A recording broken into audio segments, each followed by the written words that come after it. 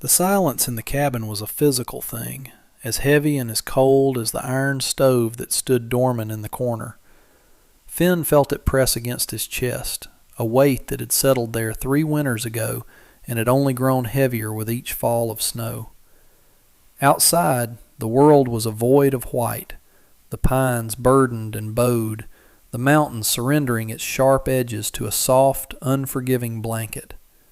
The house was a reflection of the man inside it, large, quiet, and shuttered against the world.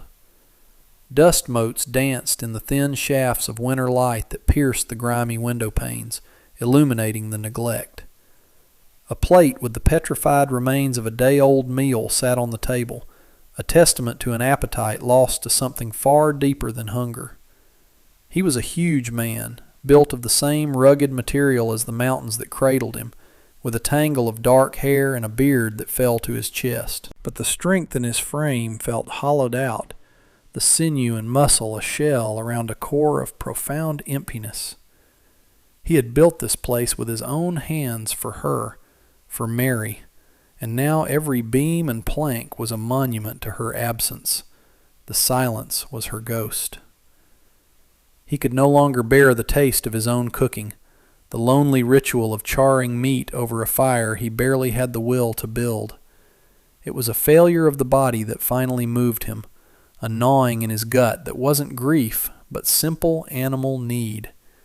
He could face a blizzard, a bear, a season of starvation, but this slow, quiet decay from the inside out was a different kind of enemy. He needed help. The thought was foreign, a splinter under his skin, but it was there, and it would not be ignored. Someone to manage the hearth, to fill the house with the scent of food instead of sorrow. Someone to break the suffocating stillness. He stood, his great frame casting a long shadow in the dying light, and pulled on his thickest coat. The decision felt like cracking ice, a painful shift toward a current he had long resisted. He would go to town. The settlement of Jasper Creek was little more than a muddy street clawed from the wilderness, a place Finn visited only when necessity screamed louder than his desire for solitude.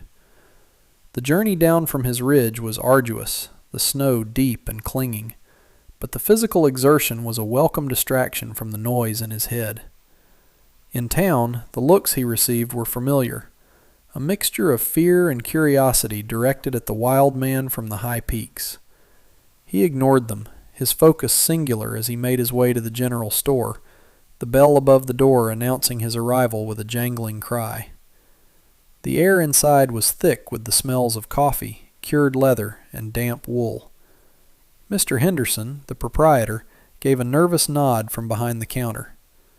Finn bought his supplies with curt, single-word answers, his gaze sweeping the room. Pinned to a rough-hewn community board was a small, handwritten notice. The script was neat, precise, unlike the usual scrawls. Cook and housekeeper seeks position. Hard worker. Honest. Inquire within. Henderson followed his gaze. That's the Chinese woman. Her husband passed working on the railroad last fall. She's been taking in mending, but it's not enough. Lives in that little room behind the laundry. Finn stared at the notice for a long moment. An outsider. A woman adrift, just as he was. Perhaps her silence would understand his.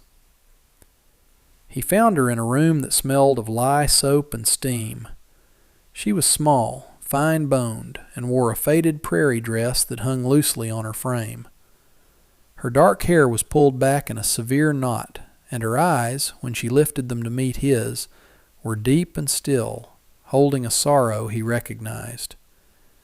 He was a giant in her small space, his head nearly brushing the low ceiling. Words felt clumsy, oversized. You need work, he stated. It was not a question. She simply nodded, her hands clasped before her. I am Onway. Her voice was soft, a low murmur. I can cook, he said. Keep the house. It's quiet on the mountain. He watched for a flicker of fear, of hesitation. There was none, only a quiet assessment. "I will work hard," she promised. The terms were settled with the same economy of language. A small wage, a room of her own, passage to his cabin. He was hiring a cook. But as he looked at this woman, lost and alone in a foreign land, he felt he was doing something more, though he did not yet have the words for what it was. Her arrival at the cabin was as quiet as the falling snow. Onway carried a single, cloth-wrapped bundle that held all her worldly possessions. Finn led her inside, the oppressive silence of the main room rushing to meet them.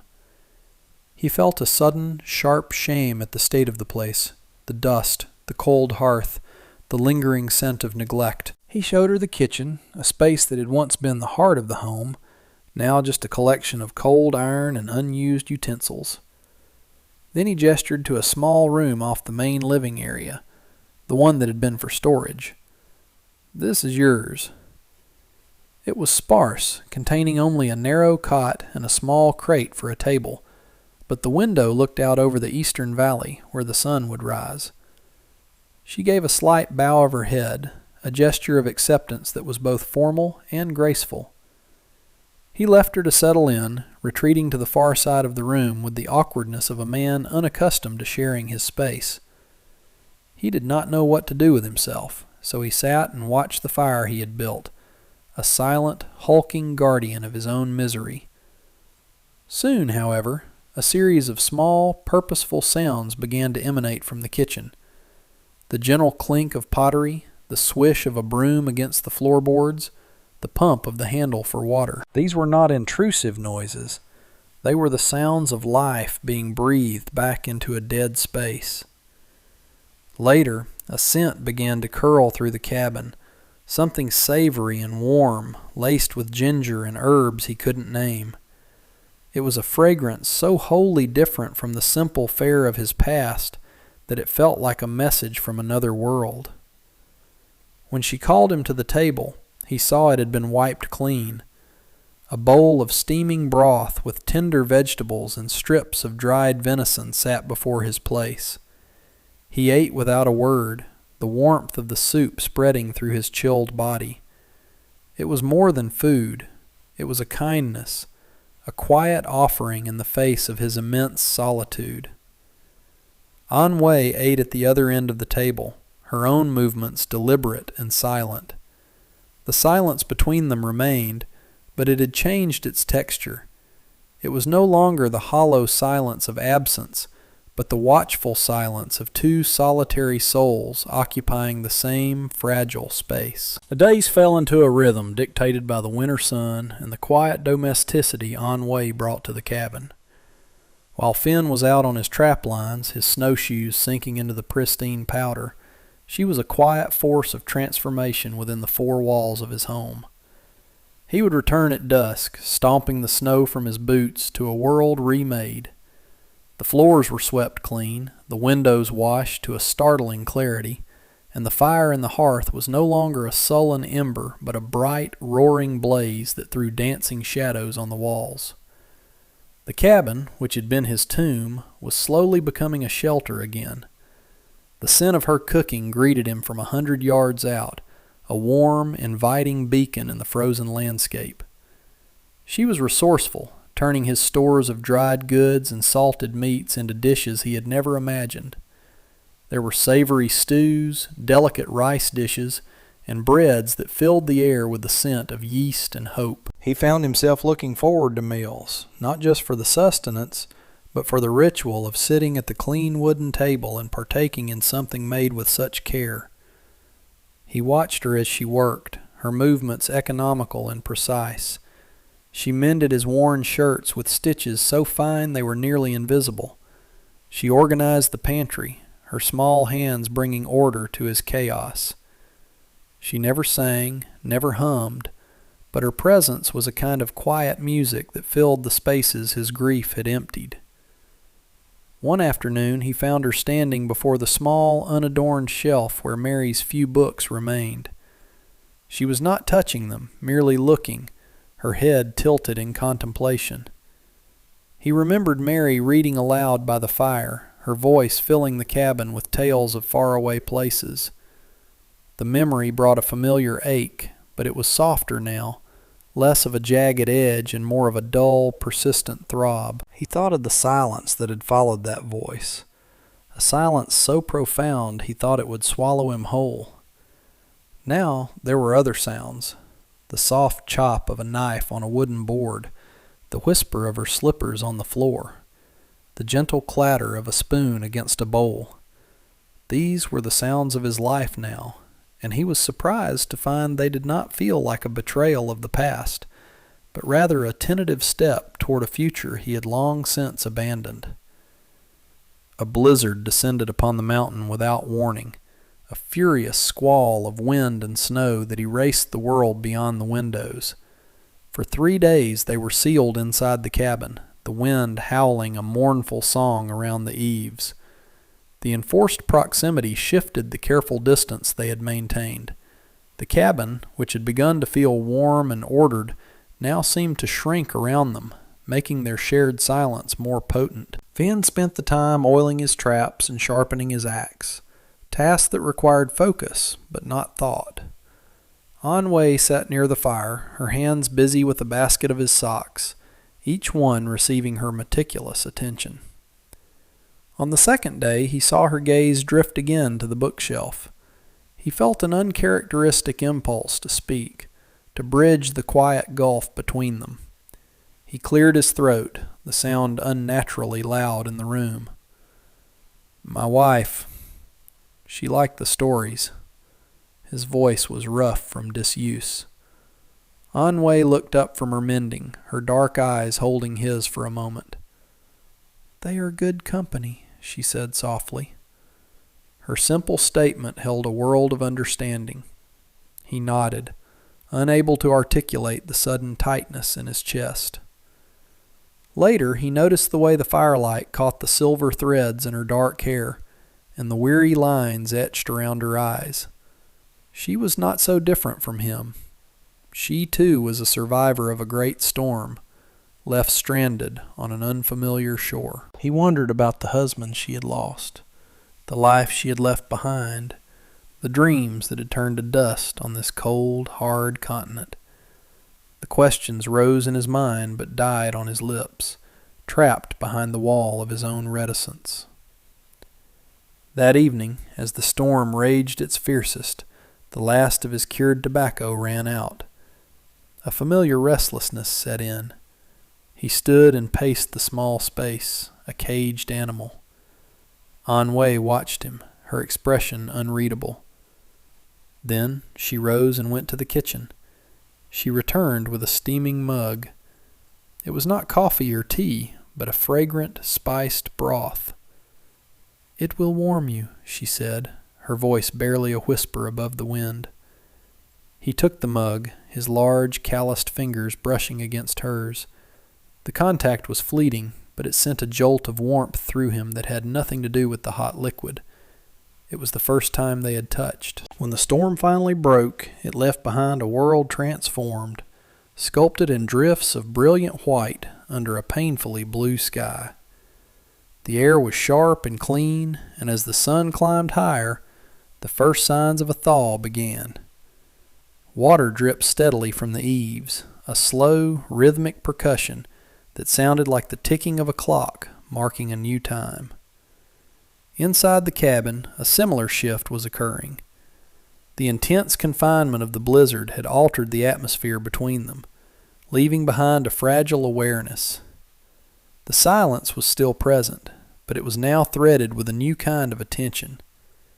Finn found his eyes drawn to her more often, noticing the small, graceful details of her existence, the way she tucked a stray strand of hair behind her ear, the focused intensity of her expression as she stirred a pot. He began to speak more, not in long conversations, but in small offerings of information. "The snow will be heavy in the lower passes," he would remark, or, "Saw coyote tracks near the creek this morning."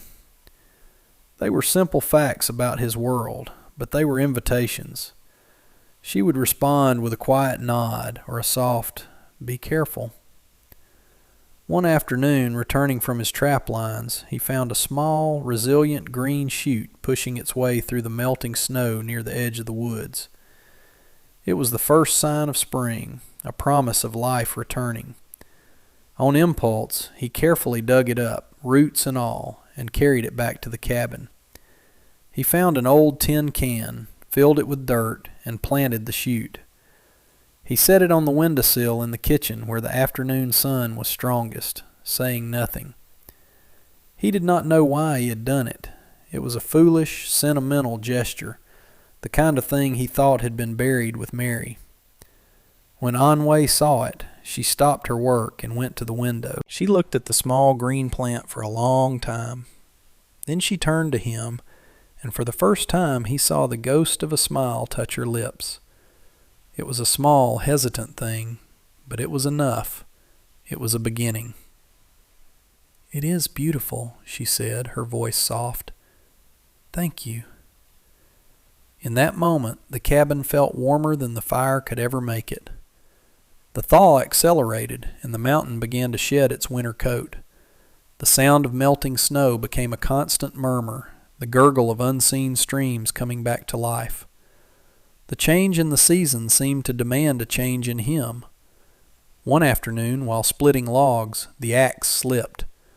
The blade bit deep into the side of his calf, a flash of searing pain followed by the immediate, shocking well of crimson against the white snow. He swore, leaning heavily against the woodpile, the world tilting for a moment. He managed to limp back to the cabin, leaving a trail of red behind him. Onway was there in an instant, her composure absolute. Her face was pale, but her hands were steady as she helped him to a chair. "Sit," she commanded, her voice firm with a quiet authority he had never heard before. She moved with practiced efficiency, fetching clean water and strips of cloth. She knelt before him, her touch surprisingly gentle as she cleaned the wound. He watched her, mesmerized by the focused calm in her expression. Her proximity was unnerving, her scent, a clean, subtle mix of soap and wood smoke, filling his senses. When she looked up to check his face for pain, her dark eyes met his. The world seemed to fall away, leaving only the two of them in the quiet cabin, the fire crackling in the hearth, her small, warm hands resting on his injured leg. He had been so long without gentle touch, so long without care, that the simple act felt overwhelmingly intimate. A profound tenderness washed over him, a feeling so potent it almost frightened him. It was more than gratitude. It was a deep, resonant ache in his chest, a recognition of the woman before him not as his cook, not as a fellow survivor, but as a source of impossible warmth in his frozen world. She finished binding the wound, her work neat and secure. Her hands lingered for a second longer than necessary. "You must rest it," she said, her voice returning to its usual softness. He could only nod, his throat too tight for words. The physical pain in his leg was a dull throb, but it was nothing compared to the powerful, unfamiliar stirring in his heart. The wound would heal, but he knew, with sudden certainty, that something inside him had been irrevocably changed. His injury forced a new kind of stillness upon him. Confined to the cabin, he watched Onway more closely than ever, his world shrinking to the scope of her movements. He saw the deep grace in her everyday tasks, the quiet dignity she carried like a shawl. He began to notice the things she needed but would never ask for. The steel she used in the kitchen was wobbly, so he spent an afternoon patiently sanding and bracing it until it was solid and steady. He saw her squinting in the dim evening light as she mended, and the next day he fashioned a small stand for a second oil lamp, placing it on the table beside her usual chair. These were his words, his way of speaking the gratitude and burgeoning affection that he could not voice. He was telling her, in the language of wood and work, that he saw her. She accepted these gifts with the same quiet grace she did everything, a soft "thank you," and a look in her eyes that told him she understood his silent vocabulary. One evening the cabin was particularly peaceful. The fire cast a warm, golden glow over the room, and the only sounds were the crackling of the logs and the whisper of her needle through cloth. She sat across from him, the lamplight softening the tired lines on her face, illuminating her focused expression. He watched the way her slender fingers moved, deft and sure. A feeling rose in him, powerful and undeniable, a tide that had been building for weeks.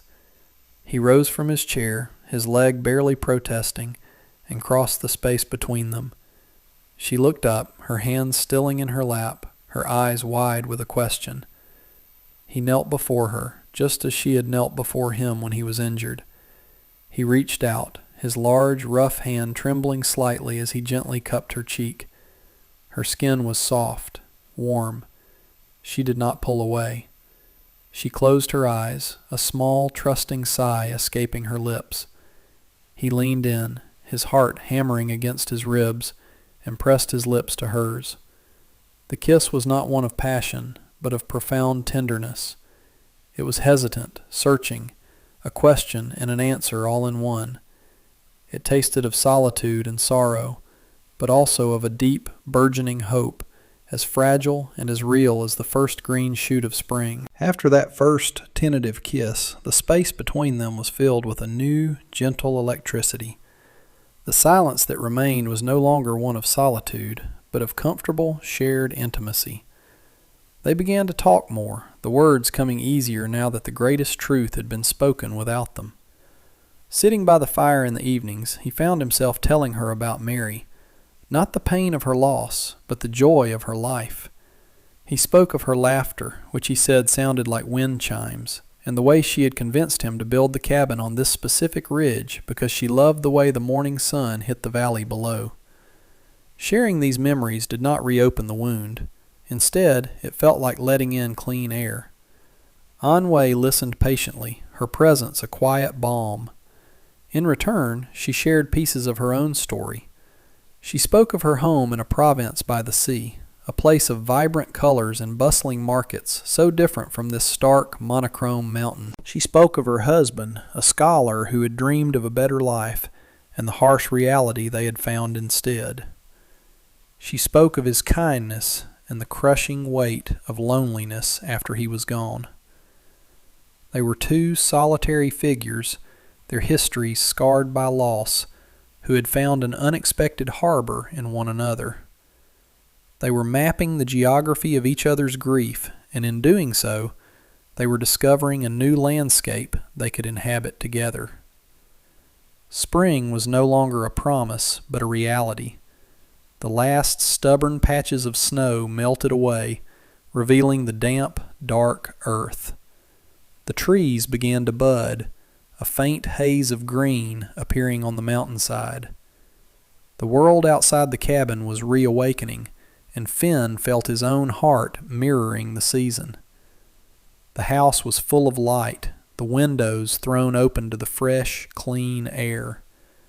The heavy, oppressive weight that had lived in his chest for 3 years had begun to lift, replaced by a feeling so light and hopeful it felt like a miracle. He had hired a cook to save him from starving, but Onway was saving him from something far worse. She was teaching him how to live again. One warm meal, one gentle touch, one shared silence at a time. The sun rose over the eastern ridge, spilling liquid gold across the valley. The air was cool and carried the scent of damp earth, pine, and the promise of a warm day.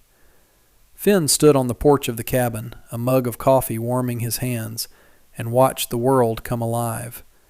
The mountain was vibrant, clothed in the 1,000 shades of green that marked the full arrival of spring. The roar of the creek, swollen with meltwater, was a constant, powerful murmur in the background. It was the sound of life, loud and insistent. The cabin door opened softly behind him, and Onway stepped out. She wore one of Mary's old dresses that she had altered to fit her own small frame, the faded calico seeming bright in the morning sun. She carried a steaming cup, not for herself, but for him. He had finished his coffee, but he took it from her anyway, their fingers brushing in the exchange. It was a simple, domestic gesture, one that spoke of a future he had never dared to imagine. They stood together in comfortable silence, watching the morning unfold.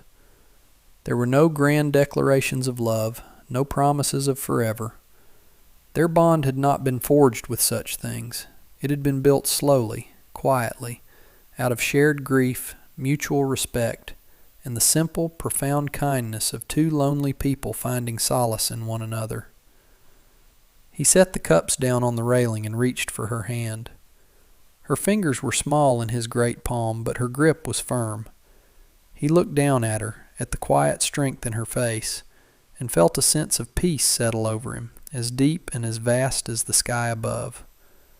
The silence in his heart, the one that had echoed with loss for so long, was finally filled. It was filled with the scent of her cooking, the sound of her soft footsteps, the warmth of her hand in his. The house behind them was no longer a monument to a ghost. It was a home, alive with the steady, gentle rhythm of a new beginning. He squeezed her hand, and she squeezed back. It was enough. The mountain held them, and the spring had, at long last, come.